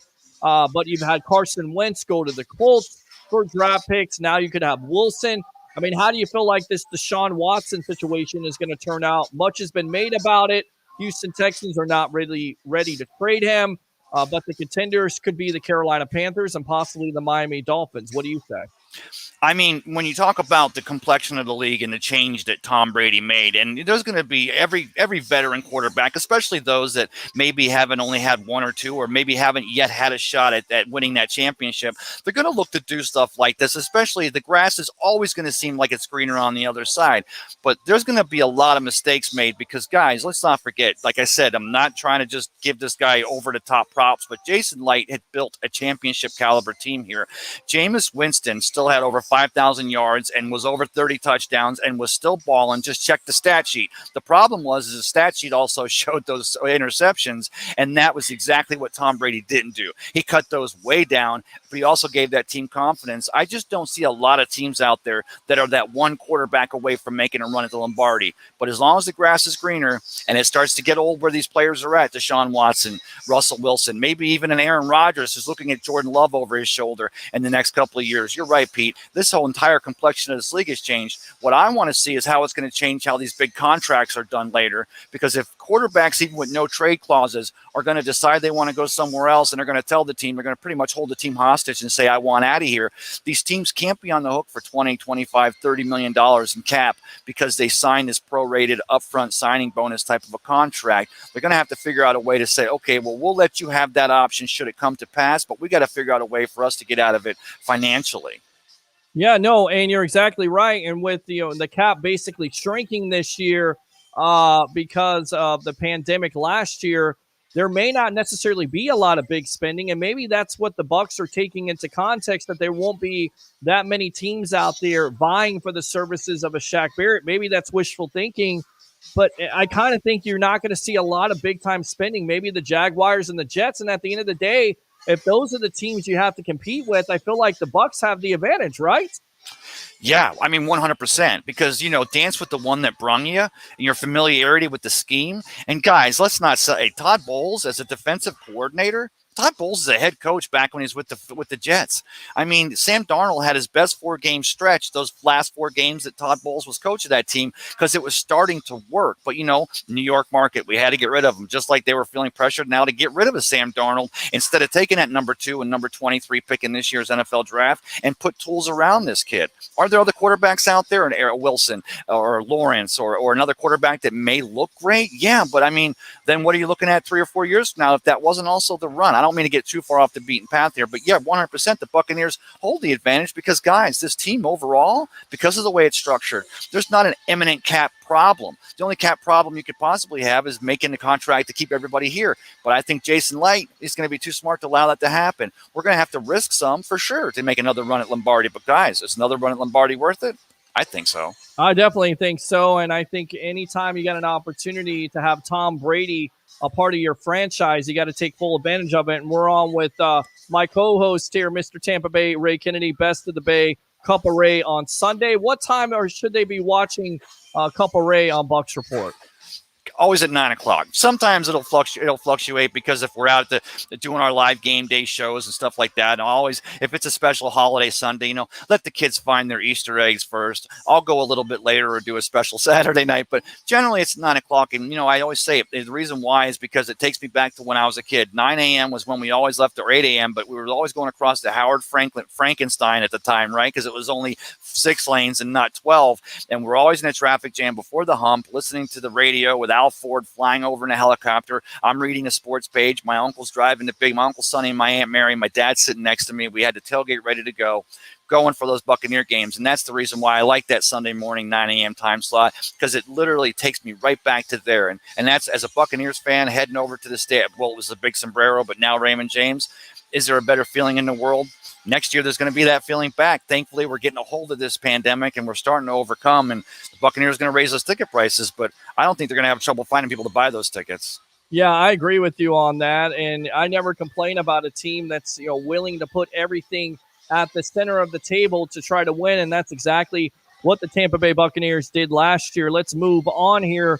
You sent me an article. The Ravens are proposing a booth umpire, according to Pro Football Talk, and now they're trying to not only ruin the call, what they did a couple years ago with pass interference, which I like to see them do it if they could get it right, but quarterback hits. In fact, the Baltimore Ravens again proposed a booth umpire. The goal is simple: to add an official who has who has access to all TV angles and who can help the on-field crew make the right calls. What do you say about this development happening in the National Football League? I'm going to ask this question, Peter, and you're going to answer it, I think, the way I think, and everyone out there watching is going to answer. Guys, we go back. We've been watching football our entire lives, guys and girls. And these NFL officials, hardest working gang in a bunch, right? But, they didn't all of a sudden get magically delicious in the last 2 to 4 to 5 years. Every time you see those 4 on-field officials go into a huddle, they somehow magically come out of it with the proper call, the proper number, the proper yardage. They put the ball down and they run. Now, a lot of that is skill and from doing it the way they do. But I've said this for years. They're getting help from New York. They got sound in their ears. They're getting the right call. You don't just all of a sudden come in and say it was a 32-yard line, number 53. It was holding, but it was so what they're saying is the Ravens are proposing, instead of just being those 7 officials on the field, throw the 8th official up in the booth that's on site, that has instant access to all the angles, pretty much what we saw with the AAF, right, Peter, with the replay official up in the booth, but It's the actual 8th official, so they can actually help out. It doesn't have to be a review or a replay to help them on the field. They can actually get in there and they can make the right yardage call. They can say this, they can do that. But therein lies where that issue might be, is because we've always heard the narrative that the on-field umpire has to have the overall final say in everything. The NFL was real leery about taking that off the field. I think they'll still maintain that image, but the person in the booth is just going to be a pair of eyes in the sky. Yeah, I mean, look, I don't have any problem with it if it comes to pass. At the end of the day, it's about getting the call right, and if you overturn some calls, I get it. I mean, how is it going to work out? You're looking at different angles. We've seen quarterback hits that shouldn't be called that are called anyway. I mean, that's just the way the NFL is. And at the end of the day, if this replay goes into effect to correct some calls and get them right, fine. But if it goes into effect and you're still getting the call wrong, then it's basically pointless. And, the point is, too, 2 things. One is that 8th person up in the booth, they're not going to miss that pass interference call against the Rams down in New Orleans in the championship game, right? And that article goes on to state the very reason why it's becoming so important to get that call right every time is because why? Because gambling is becoming such an important part of of all sports today, but especially the NFL. And you have a game, someone might have 10K or 100K or 50K. Maybe Harry the Greek is the only guy I know that can roll that big. But you have money on these games, or you have lots of it, and you get to miss an egregious call like that pass interference, to miss some bad calls because, sometimes we've seen it. The official could be standing right there, but they don't see the forest through the trees. So that's becoming a very important part of getting these calls right in the NFL, and that's why they want to move to have something like this because, they've been doing it for a while anyway. We've seen the officials go into the huddle, and they don't actually do this, but you're assuming they're hearing it because all of a sudden, like I said, they come out with that proper call. And like you said, Peter, 100% correct. It's all about getting that call right. It is. It's about getting the call right, and most of the time, I think it's not gotten right, so that's why you have this issue here. It says in the article, it's not a replay review. It's an active officiating via TV angles. The replay process would remain as an added level of protection against mistakes. In many cases, a replay review wouldn't even be needed because the mistake would be caught by the booth umpire. Interesting. 100%. And then, so who would become booth umpires? As the Ravens note, the league would be able to employ valuable officiating minds who may no longer want to be on the field. Fox said it right. Like Fox, CBS, ESPN, Nickelodeon. I mean, they have these officials, these dean, the different Nickelodeon broadcast, didn't you? Yeah, well, you know what? You to watch them get slimed when they scored a touchdown. How can you not want to watch that? That's my generation. That's how I roll, Peter. You know this. Yeah. Hey. Yes. Well, talking about we were talking about making that pass or that quarterback hit, making that quarterback the roughing the passer a reviewable penalty. Here's the reason why I think, and I don't think we go back to reviewing those pass interference calls because honestly, guys, even if it was Bruce Arians, well, first of all, we saw the inconsistency, which what they call those plays. We saw Bruce Arians. We saw Mike Thomas get away with a pass interference against one of our defenders, grabbing him. We saw that us getting screwed the other way. But the quarterback, the roughing the passer call, and here's what comes down to me is I'd like to see him. I'd like to take the head hunting, 2 steps. I'm not, you guys, I know we've had this narrative and we'll have this argument forever as far as the NFL becoming too easy of a league. And I know we've got a 43-year-old quarterback who happens to be in better shape than most of his contemporaries half his age. And maybe it seems like we're trying to be overprotective, like, oh, Bucs fans are going to be for this because they're protective. No, I'm about players. I want to see defenders. I want to see defensive linemen. I want Devin White and Levante David or Shaq or Ndamukong Suh to be able to get in there and let Patrick Mahomes hear footsteps. I want him to be afraid of our defenders from hitting him. But I've never liked the ones where the players get 2 steps and they come in and you do an egregious push and they knock a quarterback back, or they lower their helmet and they hit somebody. And thankfully, for a while, about a decade ago, we saw players going low. We got away from that. But I definitely think that reviewing these calls to keep his quarterback guys, and maybe it's because I played quarterback in high school or, growing up through Pee Wee and football and midgets and such, but they're stopped. You're trying to make things happen, but you're stopped. Everybody else is going 1,000 miles per hour, but you are stopped trying to make something happen. You are, without a doubt, other than a receiver going up for a pass, the most in danger of getting hurt on any play. And I think having anything to protect them, we're not trying to make it two-hand touch. We're just saying, let's do it right. Yeah, you're exactly right. All right, good stuff there. Let's go out to CBSSports.com. They had some predictions on top free agents and where they go. Number 1, Jacksonville Jaguars, Chris Godwin. They said no need to overdraft a veteran quarterback here. Trevor Lawrence is waiting and said Urban Meyer keeps Godwin in Florida and ensures his soon-to-be rookie signal caller has an explosive number 1 pass catcher to grow with. I'm going to act like I'm going to give you a percentage you think this happens. When I heard that with Trevor Lawrence and the way Urban Meyer rolls and putting that team together, the first thing I thought was 30%. Not that I'm 30 things. I'm thinking if Chris Godwin's not a Buccaneer, I think I'd give the Jacksonville Jaguars a 1-3 shot at them because they do need talent at the wide receiver position.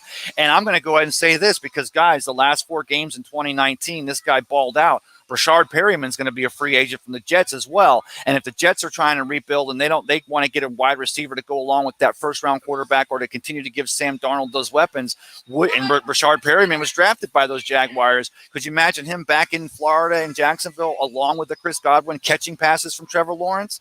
I mean, it could happen.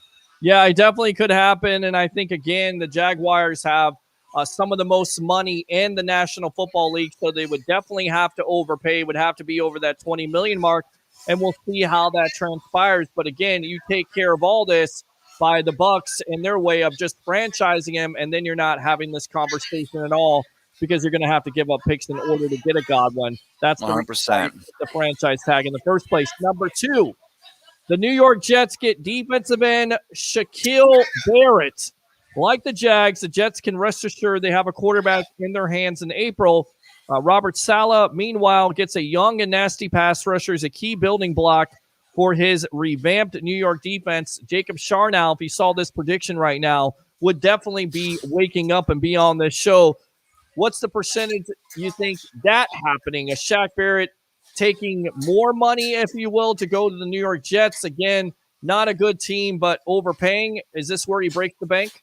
Well, Salah's going to put a defense together. I mean, that's where he made his bones with the San Francisco 49ers, and he's probably one of the biggest reasons why I think they were in that Super Bowl a couple years back last year, and I think that Salah's going to put that defense together.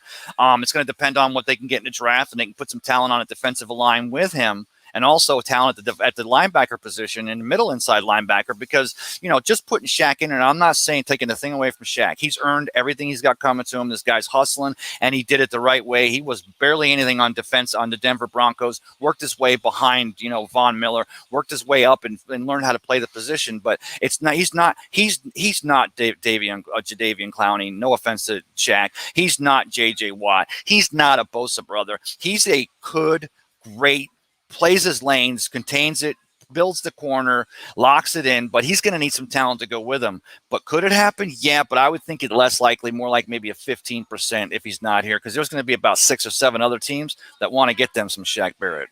But you know what? Again, it goes back to the cap. I mean, there's going to be teams out there that are willing to pay, but they're going to be very bad teams. So that's what I think Shaq and Godwin and Levante David. And speaking of a David, this prediction will make lots of Bucs fans sick. In fact, again, this is from CBSSportsline.com. The Carolina Panthers get Levante David. New general manager Scott Filter doesn't care if this looks like a reach, considering David is 31. He just saw the feisty linebacker win it all for a rival, and Carolina is desperate for some fight in the middle of its D. Of course, having Luke Kuechly all those years. Is it David ready to go to the Carolina Panthers? Percentage that happens, in your opinion? I'll put it to you like this. More likely, the veteran from Hickory, North Carolina, played for the South Carolina Gamecocks, should have been in a Pro Bowl this year. Maybe not, but I mean, a great player. There's more of a chance for me that Ryan Suckup is kicking for those Carolina Panthers next year than to have Shaq or Levante or any one of our defensive players playing there. I just don't see. I'm not saying Matt Rule couldn't lure one of them away, but I don't see a situation there that would make any of the Buccaneers just winning the Super Bowl 55 here in Tampa Bay want to drop the mic and run off to Carolina. But again, Ryan Suckup from Hickory, North Carolina. If the Bucs decide they can't afford to keep him for any significant amount of money because they're too busy locking up all those other important pieces, the Carolina Panthers had problems with their kicker position last year. So did the Tennessee Titans, and that's where Suckup played before he came to Tampa Bay. They went through 7 kickers last year, 2 of them former Bucs. And the Tennessee Titans, they're on the precipice of at least the playoffs, if not the championship game 2 years ago, and they had trouble with the kicker position this year. I think there's a definite chance that if the Buccaneers don't decide they're going to keep him and give him some love, that Ryan Suckup is not a Tampa Bay Buccaneer in 2021. Well, stop talking about the kicker there. So you think there's more of a chance going there? You love the kicker. You love Ryan. I love any kicker. I love the kicker. And you said playoffs, so I had to play this. Playoffs? Yes. Don't talk about playoffs. Yes. You kidding me? Playoffs? All right. So with that being said, CBS Sportsline in the same article has the Bucs kicking the tires on the Justin Houston. He's 31 years old, 8 sacks for the Colts last year. Are you okay with that? We talked about a Jadeveon Clowney under 30, no sacks last year, but he has all the potential in the world, and possibly a Von Miller. Out of those 3 players, who would you like to see replace Shaq Barrett if Barrett is going to go to another team, in your opinion? If the legal issues aren't a problem, I say Vaughn can bring all those chickens down here. I'll build him a coop in back of his home over there in Tampa, and you still have him because he's basically a little bit older than Shaq Barrett, but he's probably in about the same position in his career where he's ready to go look somewhere else. I'm not saying Jadeveon Clowney. I mean, the best play this guy's had in his football career happened right here in Tampa at Raymond James Stadium in the Hall of Fame in the Outback Bowl when he was coming out, right? Again, I mean, and very good. Very good. You remembered that. I thought you would remember that. I'm learning from you, my brother. But, as far as I don't want to see anybody else, I just want to see I want to see players get taken care of the proper way, but I just want to see these players. I want to see Shaq back. I want to see Levante back. I want to see Ndamukong Suh decide to stay and play and have those beautiful twins, him and his beautiful wife, and just have a great family. I want to see everybody here that wants to be here, and speculating on who's possibly going to be here. I guess we'll wait till we have our show on March 17th when the new league year starts at 4:00, and there's probably going to be some serious signings going on immediately after the bell rings, and we're going to have a lot to cover here on Bucs Report, brother. Yeah, I may take off that day, but I'm not sure yet. I may just hold off. We'll be on air most likely the latest 6:30, 7 o'clock live from the palatial estate of Harry the Greek, our professional handicapper, yours truly, along with Tampa Bay Ray Kennedy. Open phone lines if you have a question. You guys are acting like there's nothing going on right now. 727-255-0391 and 727-255-0391. Let's go out to Roger Shue. He says, give Pete, talk to you tomorrow. I guess he's saying it's good night. So thanks a lot for tuning in. Bill Belichick pays the officials for wins.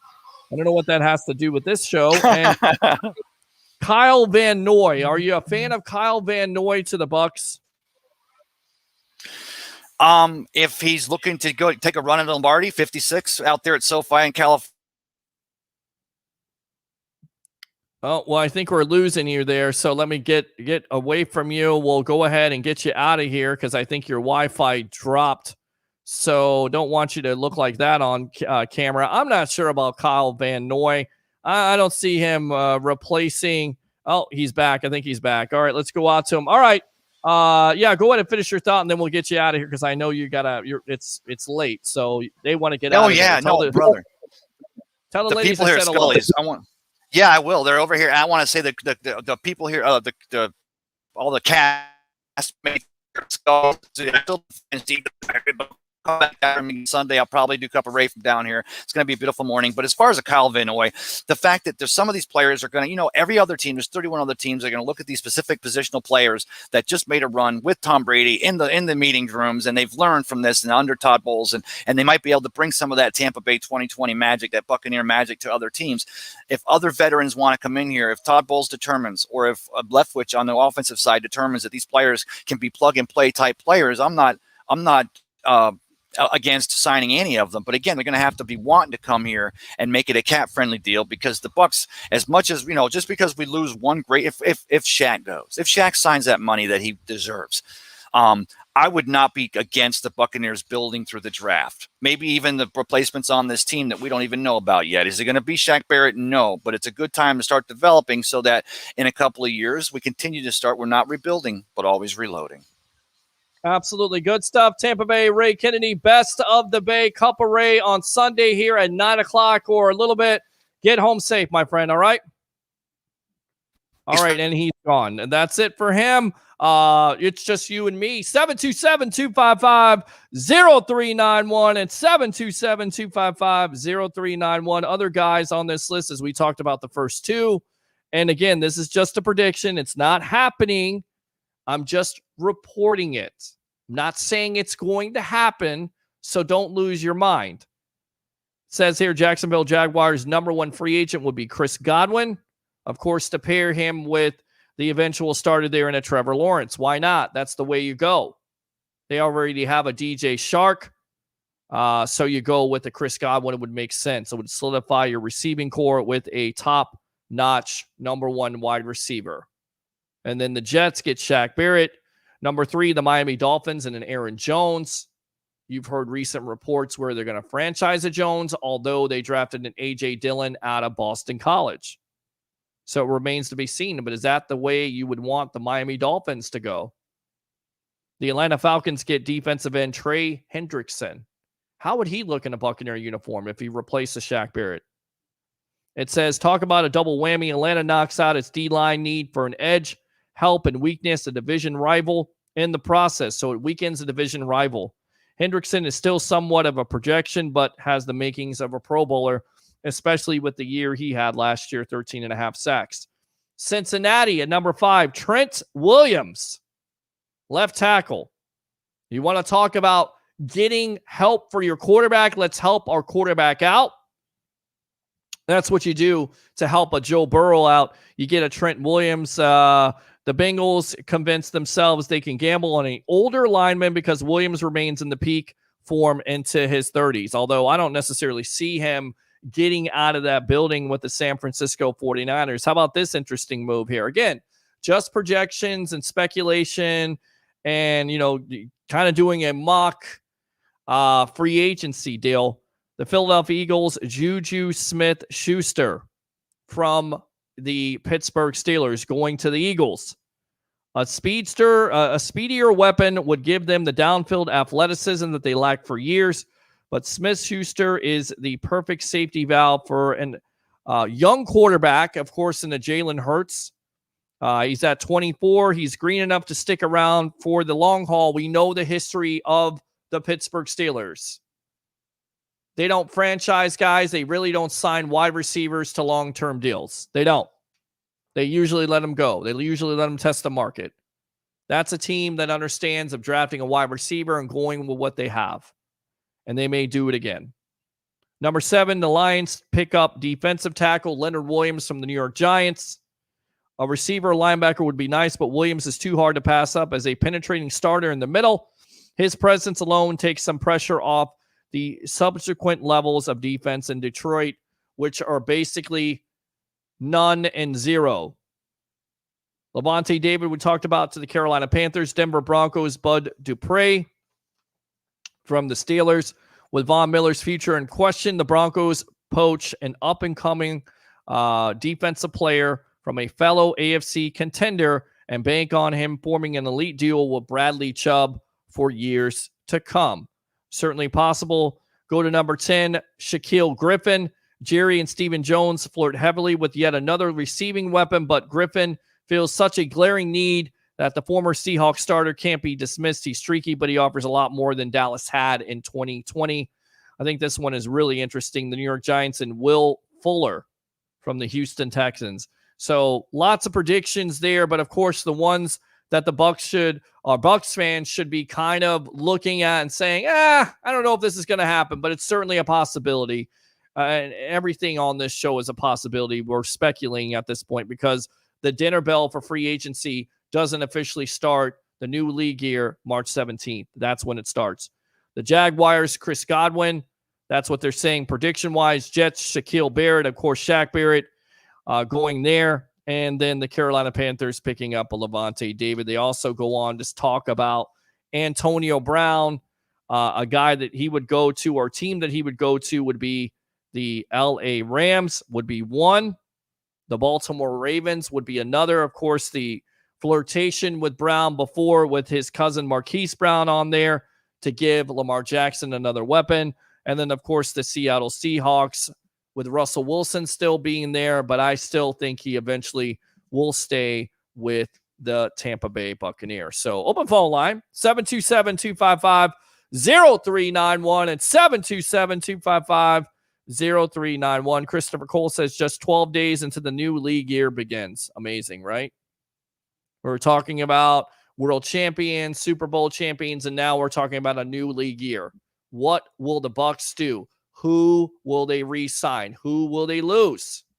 That's what a lot of Bucs fans are concerned about. Who are they going to lose? And again, the cap situation doesn't look great right now, but we know what this organization can do. And we know that they have a plan.